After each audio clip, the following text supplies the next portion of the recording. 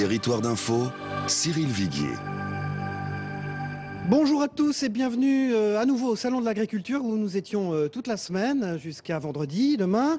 Aujourd'hui, nous accueillons l'ancien ministre de l'agroalimentaire et député PS de la Mayenne, Guillaume Garot. Bonjour. Bonjour. Merci d'être avec nous sur ce plateau. Merci de votre invitation. En cette heure matinale pour vous interviewer aujourd'hui à mes côtés, Christophe Bordet de Sud Radio. Bonjour Christophe. Et Michael Zamès de Public Sénat. Bonjour Michael. Bonjour à tous. Et c'est la matinale d'info de Public Sénat et de Sud Radio, bien entendu.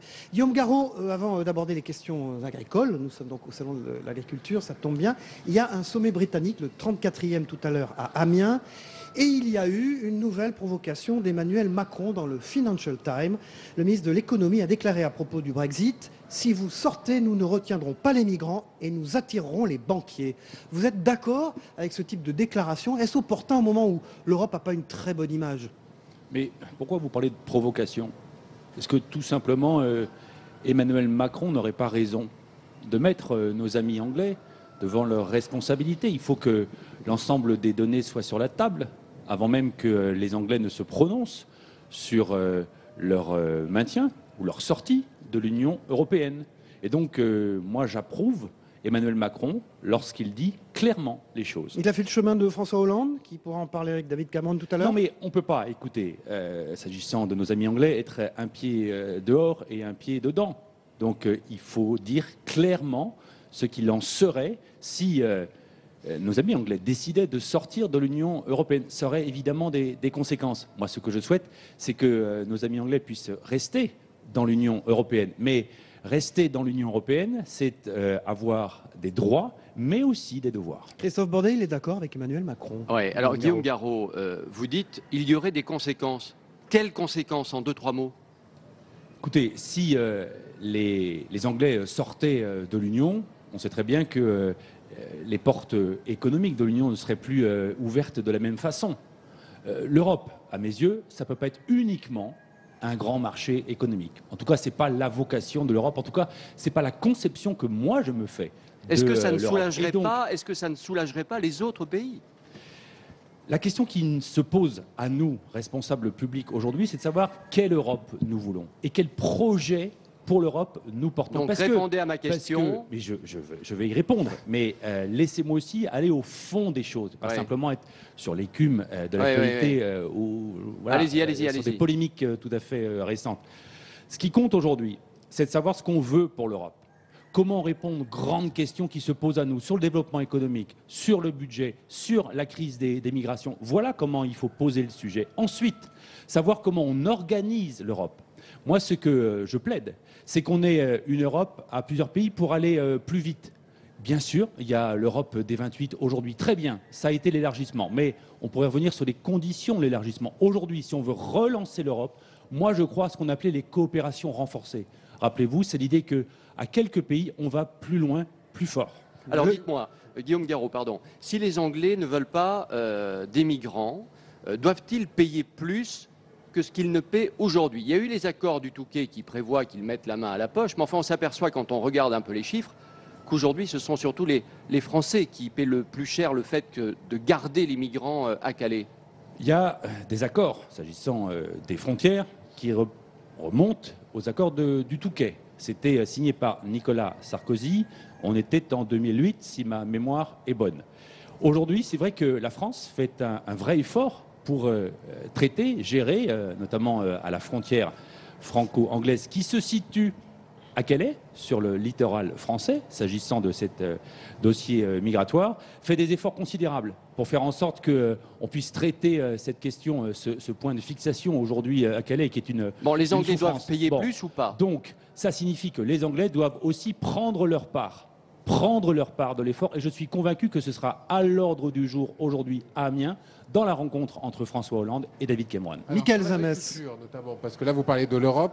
Hier, il y avait le commissaire européen qui est venu faire une rencontre discrète avec Stéphane Le Foll, Phil Hogan. On ne parle que de ce commissaire européen. Il n'a pas promis grand-chose, Phil Hogan, notamment pour le grand rendez-vous du 14 mars prochain avec ce grand sommet européen. Finalement, on n'a pas grand-chose à attendre de ce sommet du 14 ? Est-ce que ce ne sont pas les agriculteurs qui risquent de payer les premiers ? Écoutez, les agriculteurs, déjà aujourd'hui, ils payent lourdement le prix de la dérégulation en Europe. Ils payent lourdement le coût de la surproduction en Europe. Et donc, il faut trouver des solutions. Alors qu'aujourd'hui, on n'est pas tout sur la table, c'est normal. C'est le stade préparatoire. Ce qui compte, c'est en effet la rencontre du 14 mars prochain. Moi, ce que je souhaite, c'est que l'Europe non seulement reconnaisse qu'il y a vraiment une crise aujourd'hui agricole. C'est de la faute de Phil Hogan ? Non, c'est pas de la faute de Phil Hogan en particulier. Quand on entend simplement Marine Le Pen qui dit qu'il faut avoir la peau de Phil Hogan, qu'est-ce que vous en pensez ? Ça, c'est inadmissible. On ne peut pas être dans des discours populistes, en appeler à avoir la peau de tel ou tel. Ce n'est pas acceptable de la part d'une responsable politique. Mais ce qu'il faut aujourd'hui, c'est trouver des solutions qui soient durables. Et il n'y aura pas de solution au plan européen sans régulation. Parce que, je le disais, aujourd'hui, on est en pleine crise de surproduction. Qu'est-ce qui s'est passé depuis la fin des quotas laitiers ? On a laissé les pays qui le souhaitaient produire tant et plus. Et donc, on a maintenant du lait autant qu'il est possible d'en produire parce que les débouchés à l'exportation n'ont pas répondu à l'idée qu'on se faisait alors, en 2008, de pouvoir conquérir de nouveaux marchés. Je pense en particulier à la Chine. Donc, cela veut dire très nettement aujourd'hui qu'il faut maîtriser notre production. Donc, ça veut dire réduire nos volumes de production sur certaines filières. Guillaume Garot, pour être bien clair, il faut donc que Phil Hogan accepte le retour des quotas laitiers en Europe. Écoutez, aujourd'hui, je doute qu'on puisse refaire à l'identique ce qu'étaient les quotas laitiers au moment où ils existaient, jusqu'en 2015, supprimés, je vous le rappelle, en 2008. Simplement, nous avons des outils d'intervention. Il y a ce qu'on appelle en particulier le prix d'intervention pour le lait, le prix plancher auquel on paye la poudre de lait et qui est un prix de référence ensuite sur le marché européen comme finalement sur le marché mondial. Il faut relever ce prix d'intervention. De la même façon, il faut mettre en place ce qu'on pourrait appeler des mécanismes d'alerte pour anticiper les crises de surproduction. Voilà, on a des outils qu'il faut aujourd'hui actionner. Il y a d'autres outils qu'il faut inventer et c'est là-dessus que devra porter le sommet du 14. Guillaume Garot, votre loi sur le gaspillage alimentaire, la loi Garot est passée en février dernier.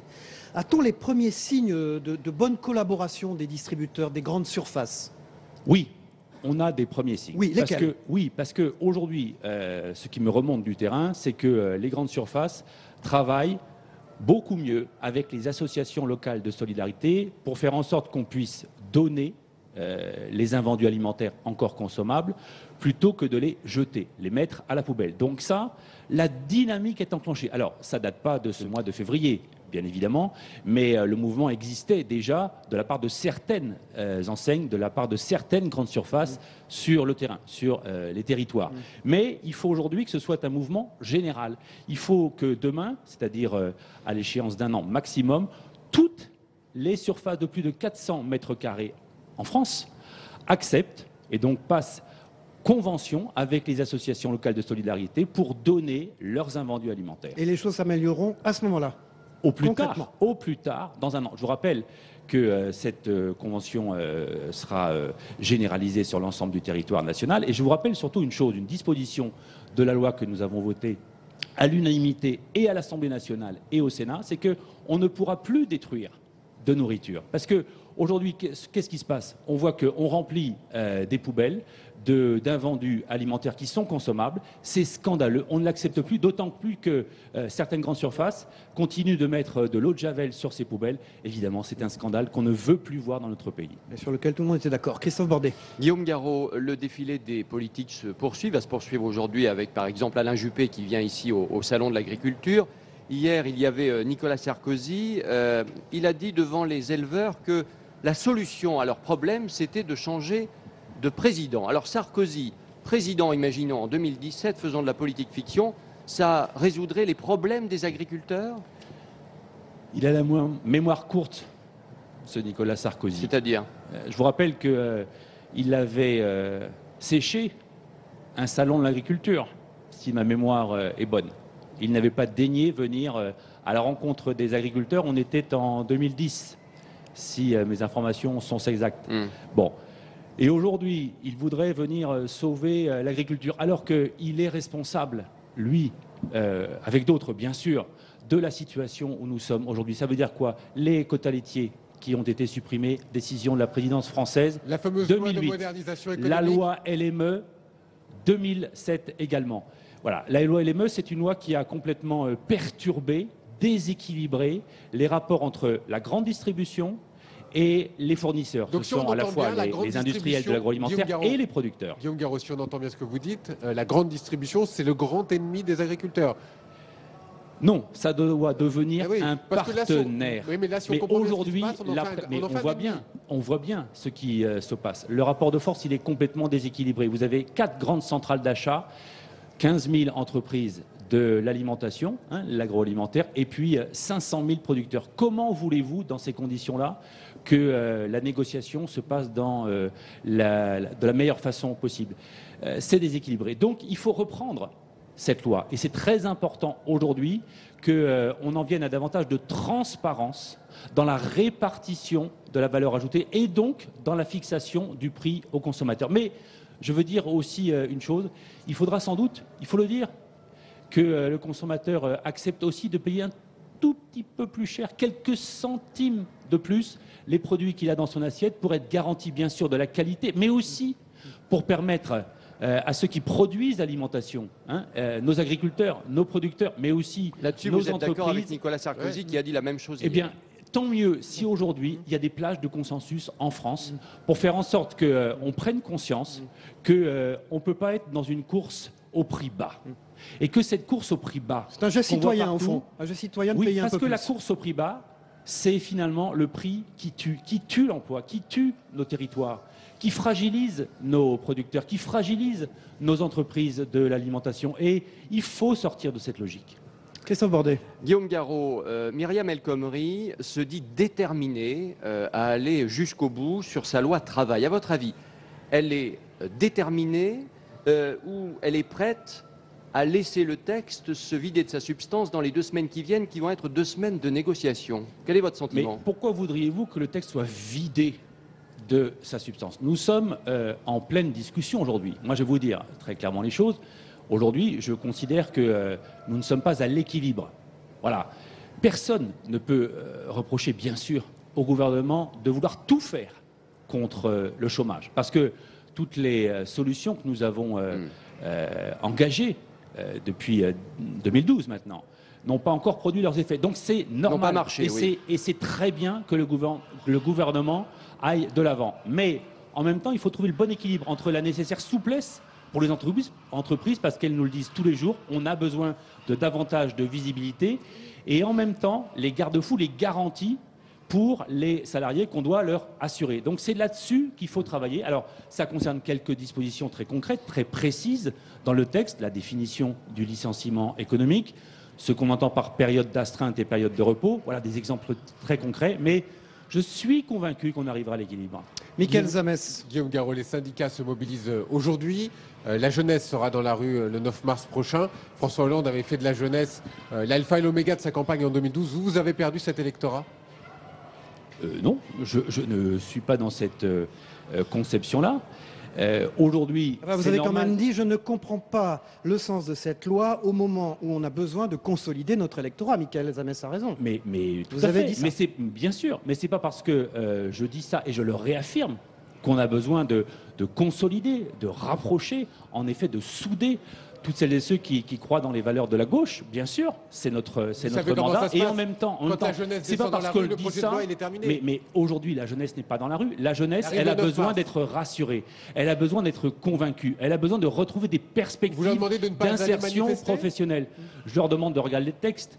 Je leur demande de travailler avec nous. Les syndicats étudiants se sont saisis du texte très bien. Moi, je suis convaincu que Myriam El Khomri saura les recevoir, leur parler, les écouter bien sûr, pour apporter les apaisements qu'ils attendent.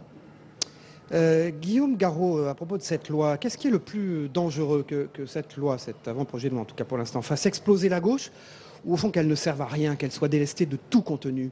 Quel est entre ces deux mots, quel est le plus important? Je vous reprends, cette loi ne sert pas à rien. Au contraire, je crois cette loi très nécessaire.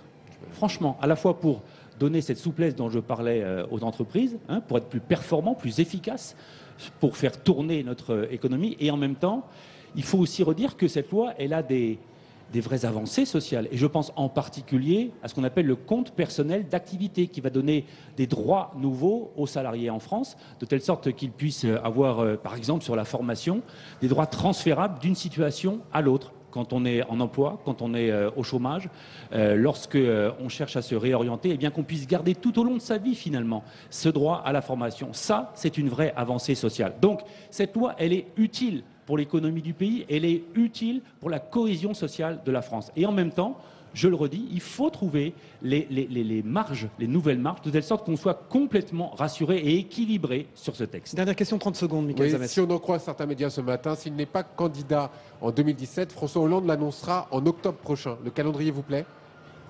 Écoutez, moi je pense qu'aujourd'hui, avant de parler de campagne présidentielle, il faut, franchement, on est là dans un moment délicat. Il doit l'annoncer en octobre ? Mais écoutez, c'est du concret, c'est du concret, Guillaume. Bien sûr, c'est du concret. Mais franchement, les Français ne sont pas avec ce calendrier-là dans la tête. Moi, je veux vraiment que le gouvernement, que le président puisse faire son travail dans les meilleures conditions jusqu'au bout, jusqu'à la dernière minute. C'est ça qu'attendent aujourd'hui les Français. Donc, le calendrier, c'est une chose. C'est normal que ça puisse vous intéresser. Mais franchement, laissez-nous bosser, laissez-nous travailler, laissez-nous avancer. Merci Guillaume Garot d'avoir été notre invité. Vous êtes député Parti Socialiste de la Mayenne et ancien ministre délégué à l'agroalimentaire. Ça tombe bien, et si vous entendez des bruits... On a entendu les oies tout à l'heure. C'est pas la bande-son là, on y est vraiment. Non, on est au Salon de l'Agriculture, vous l'avez compris. On passe à la deuxième partie de cette émission avec l'analyse de vos propos et de l'actualité aussi, avec les éditorialistes de la presse quotidienne régionale dans un instant.